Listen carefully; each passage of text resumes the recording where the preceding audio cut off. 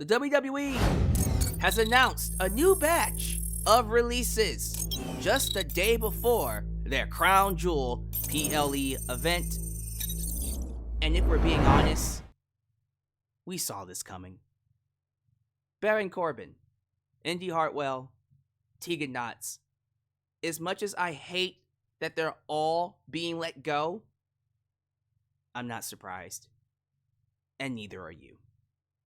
You just felt that they were not connecting. You just felt that whatever they were involved in, fans did not care, and some of the time, they did not care. This isn't like when Vince McMahon was in charge. He would let go of people because he didn't like them, or whatever creative he had for them, they couldn't make it work. That's different than what this is. Triple H, WWE, everybody involved really tried to make it work with Tegan Nox, with Indi Hartwell, and Baron Corbin. We'll argue and debate whether or not they could have tried harder or tried differently, but you can't say they didn't try.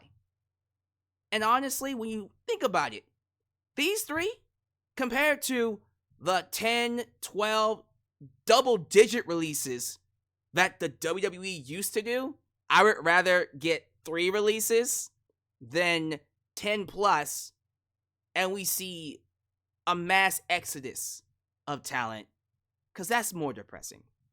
Here, just regular old, I can't say spring cleaning, fall cleaning. I think all 3 of them will be just fine. I think Samantha Irving, honestly, was a bigger loss than these 3. Losing her is actually going to be something that fans are going to miss. They're going to miss Samantha. I'm going to miss Samantha. I'm not saying people won't miss Tegan, Baron, and Indi. I doubt their releases are going to hurt the show as much as losing Samantha was. But we are going to talk about it because there are some issues when it comes to how WWE is treating the talent they have now. And we have to call it out, otherwise it's going to continue happening. So I will do that. Thank you for watching me. This is your boy, Alyx, just Alyx, right here, and Alyx's World, a safe space for wrestling fans like you. Before we get into the news, I want to thank Mint Mobile for being the partners of this particular video. Mint Mobile is here to offer you a sweet deal on your mobile plans. If you are someone looking to pay less for great quality, and I'm talking about $15 a month for 5G network, unlimited text, unlimited talk, unlimited data, then you'll want to hear this word from Mint Mobile. So we'll get this, and then we'll come back for more wrestling news. This video is partnered by Mint Mobile. Like many of you, I've been trying to cut back on expenses lately, but let's be real. It's tough when you got things to do and you don't want to give them up. But sometimes you have to make those sacrifices to pay your phone bill and satisfy the big tech companies. That was until I discovered Mint Mobile. Mint Mobile offers premium wireless services starting as low as $15 a month. With Mint Mobile, you can get high-speed data plus unlimited talk and text on the nation's largest 5G network. The best part? You get to keep your phone and even the phone number. Now, if you do want to purchase your own phone, they do have phones available on the website, which you can get through the link. The internet service is reliably fast. It's so seamless, I put it up there with any other network on the market. Now, some of you might think switching to a new service is a hassle. Let me reassure you, this is only going to take you 15 minutes to set up. You could literally do it right now from your phone. No need to leave your house or contact anybody. And if your device does not support eSIM, then Mint Mobile will personally ship you a physical SIM card. So if you're like me and you want to save a little bit of money without sacrificing anything, use the link trymintmobile.com/justalyx and start your wireless plan today as low as $15 a month. Don't lose out on this opportunity. Start saving money by switching to Mint Mobile today. Let's talk about it. WWE has released 3 wrestlers. I'm not too sure if there are any more coming down the pike. But for right now, as of today, we just got 3. Tegan Nox, Indi Hartwell, Baron Corbin. none of the three, in my personal opinion, were ever going to amount to much in this version of WWE. Maybe under Vince McMahon, I could have seen Baron Corbin be a world champion. But this isn't Vince McMahon's WWE anymore. And here's the reality of the situation. All three of them, well, mainly Tegan Nox and Indi Hartwell, shouldn't even have been on the main roster. Especially Indi Hartwell. Can we start with her? Can we be really honest about Indi Hartwell? She should have never been on SmackDown or whatever show she was drafted to. I think she was drafted to Raw initially, right? And then they didn't use her. And when she was drafted to Raw, she was NXT champion. Why was she NXT Women's Champion? That was too soon. She shouldn't have even been NXT champion. Way too much, way too soon. She should honestly still be on NXT working with Shawn Michaels to get her skills up, to improve. This is an example of being called up way too soon and just not being ready. And I don't blame her for that. Initially, I didn't blame her for that. But after a while of being on the roster for 2-3 years, and you still show no improvement? At some point in time, Indi should have taken some responsibility and improved on herself. Case in point, Maxxine Dupri, another person that was called up way too soon with a horrible gimmick. Remember Max Dupri? Yeah, remember that BS? Let's not get into the maximum male models, all right? Although they're better on AEW television, they weren't good when Maxxine Dupri was managing them. It was horrible. But then Maxxine broke away from them, became part of a wrestling group called Alpha Academy, where she actually had to wrestle. And when she started, she sucked.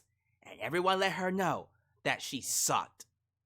But guess what Maxxine Dupri did? She got better. She improved. Little by little. She isn't necessarily Charlotte Flair right now, or Kurt Angle. She probably will never be. But she got better. She showed us that she had the tenacity and the ability to improve and the drive to be even better than what she was, despite the fact that she was called up way too soon. And that's why I think she should stick around and why we should invest more time in her and give her more TV time. You tell me, honestly, has Indi Hartwell shown us anything like that? No. Every match she has been involved in has been absolute dog shit. I'm sorry.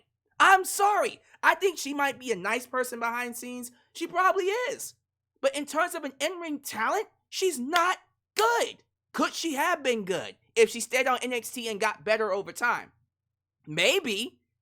But too bad. She got called up. Step up your in-ring ability. Step up your promo ability. Step it all up. I'm not going to sit here and coddle Indi because of some bad situation where Vince McMahon got bored and decided, hey, I want to call up this NXT talent. Step up your game. You're swimming with sharks now. So either swim or get eaten. Indi got eaten. I'm not going to put that all on WWE. Not at this point. Indi didn't improve. Her in-ring ability, her personality, her as a talent didn't get better. I might even argue she got worse. So, no, I'm not surprised she got released. Nothing personal against her. She just doesn't meet the standard. Now, Tegan Nox. When she first got to WWE in 2017 for the Mae Young Classic, she got injured almost immediately. I think that was a sign of things to come for her career in WWE. Someone who was brought in on a silver platter. Everyone was saying, this is going to be the next big female star. I think we all saw why. Because she has that apple pie smile, that presence about her that can appeal to children. But Tegan just couldn't stay healthy. She couldn't stay healthy to save her life. Every time they tried to push her, especially on NXT, I remember her feud with Dakota Kai. I was into that feud. I said then and there, man, I think Tegan could be an NXT Women's Champion. because of this feud. Guess what happened in the middle of it? She got hurt. So, because of all these injuries, you now start to build distrust with the roster, the people running the company going, man, if she keeps getting hurt, can we really trust her? Can we really put time and effort behind her to make it work? And unfortunately, she got released the first time, but then Triple H brought her back. Now, when they first initially brought her back in, 2022? I said, you know what, let's see where this goes. She's getting a fair shot now. She's healthy, she's under Triple H's regime, and she's going to get a lot of TV time to really connect. And she got that. She got a ton of TV time. The fans didn't connect with her. Okay, let's put her with a tag team. Let's put her with Natalya. Still didn't work. After some point, we had to just understand that some talent just aren't meant to work with WWE. Could a Tegan Nox work in an AEW? Probably. Could Tegan Nox have worked under Vince McMahon? Probably. But that's not the reality here. Unfortunate circumstances, I think, derailed Tegan Nox as a talent in WWE. But also, let's just be real. She just doesn't connect with the masses. It's just one of those instances where it just didn't work out. They tried. Don't sit there and tell me they didn't try with her. They gave her a lot of TV time. The fans just didn't care. I think she knew it wasn't working, and her performance suffered because she knew. I could tell she didn't care anymore because she wasn't giving it her all. Regardless of whether she was going to win or lose, when you're given TV time, you're supposed to maximize what you're given. I don't give a damn whether you're winning or losing. Make the most out of it. Case in point, Chelsea Green. Chelsea Green has lost pretty much all her matches. But every time she's on TV, I'm excited to see her because I know she's going to make the most out of her spotlight. She's not just there to fill up time. She's going to eat every second she is on television and give the fans their money's worth. Can I say that about Tegan Nox? No. And that's sad. I hate the fact that the opportunity she got on NXT, which could have made her an NXT Women's Champion, got derailed because she got hurt, which is unfortunate. But what do you want WWE to do about it? They're currently doing an ID program, independent wrestling program to bring in new talent, a new wave of talent. They gotta make room. They don't have time for Tegan Nox to find the it factor that she's lacking. I don't know what else to say. It didn't work out for her. Maybe it will work out in TNA or AEW. Then there's Baron Corbin. So here's the thing about Baron Corbin. This man has been through the ringer when it comes to WWE. I remember when Corbin first debuted on NXT back in 2014, and he faced CJ Parker, and we thought he was going to lose as like a regular jobber, right? He ended up beating CJ Parker in like 10 seconds, and that became his entire gimmick. No one saw it coming, and he got over as a result. That Goldberg booking, if you're not careful, it can be a detriment to you when you get to the main roster. But he was hot on NXT as the Lone Wolf. That entrance was great. The way he carried himself was fire. Then he got moved to the main roster, and Vince McMahon got his hands on him. Oh my goodness. His run was absolutely dog shit under Vince. Remember he won Money in the Bank? He failed to cash that thing in, and I don't think he recovered. He never recovered. Then they made him general manager. Raw was so bad while he was running the show. They literally put the heat on him, and he took the heat. And then following that, it's just bad segment after bad segment after bad feud. There was something with dog food with him and Roman Reigns. And what's sad is I think he has a pinfall victory over Roman. One of the only few people in WWE to pin Roman Reigns. Think about that for a minute. The only time I felt Baron Corbin had a shot, had a chance to actually connect and be a star was the bum-ass Baron Corbin gimmick. They struck gold with that. And that was something even I was invested in. Him down on his luck, him trying to scrounge up money, him being dumped by his wife, being homeless. This was an interesting gimmick. What did Vince McMahon do? Got rid of the gimmick, got bored of it, ripped up the script, and then he became whatever the hell that casino gimmick was. He became rich all of a sudden, and that gimmick was terrible. It was horrible. Striking out so many times with the talent. I'm surprised he lasted this long. This man hung on by a thread. And yeah, when Triple H took over, he gave him another shot, sit him down to NXT. And people said he was great on NXT. Especially his tag team with Braun Breaker. I thought that was surprisingly well done. So yeah, when they called him up to the main roster, I said, well, let's see what happens. They put him in a tag team with Apollo Crews. That was the best they could do with him. Now, to be fair, I'll have to put that on creative. That was a horrible way to use Baron Corbin. But at the same time, what else were they going to do with him? He wasn't winning no championships, not with this roster. Baron Corbin is an example of somebody that just came in at the wrong time. He came in at the wrong time under the wrong administration. He did the best he could with what he was given, and he should be credited for that. But I'm sorry, a majority of the things that Baron Corbin did was dog shit. I don't even think he's a bad worker. I think inside the ring, he's very underrated. But in terms of a talent, he just hasn't benefited WWE in any way.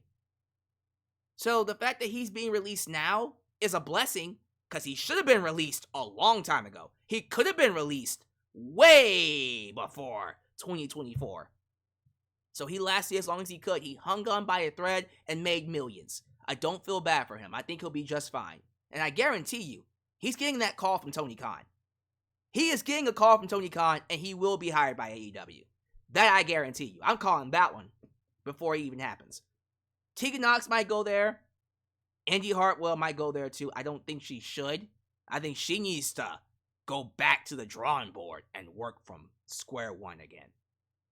Baron Corbin, I guarantee you we will see in AEW.